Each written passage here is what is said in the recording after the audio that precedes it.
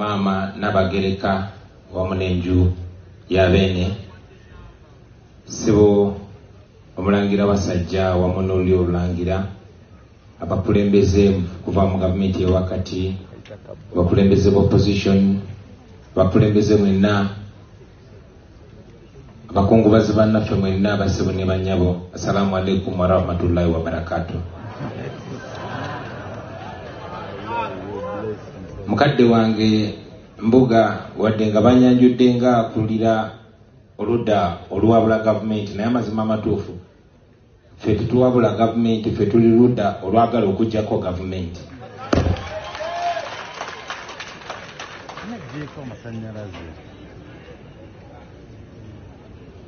Amasanyalaze yaga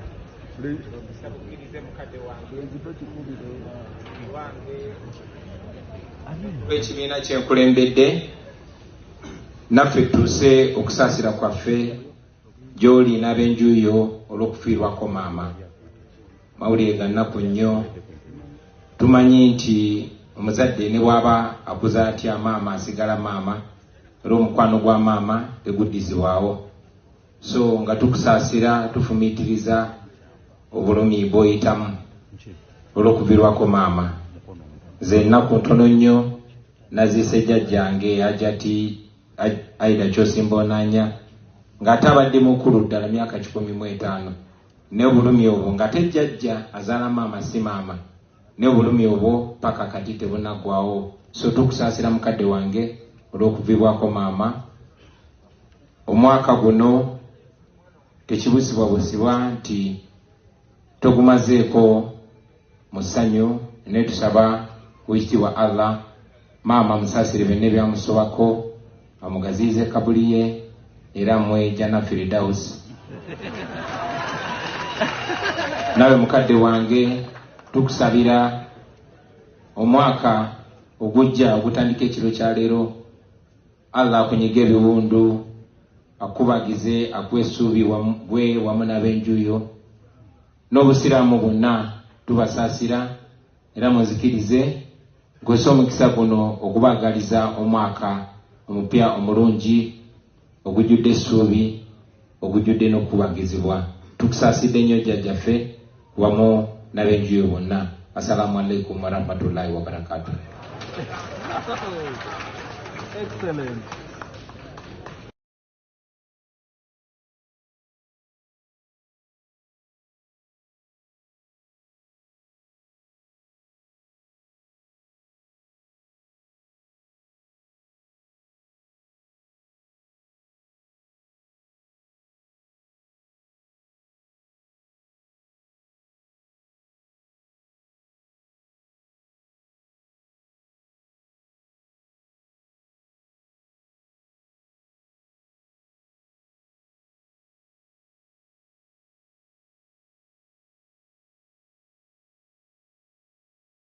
Wennyini mukwano gwange tetulina kye tuyinza kwogerako okuggyako okugamba alhamdulillah.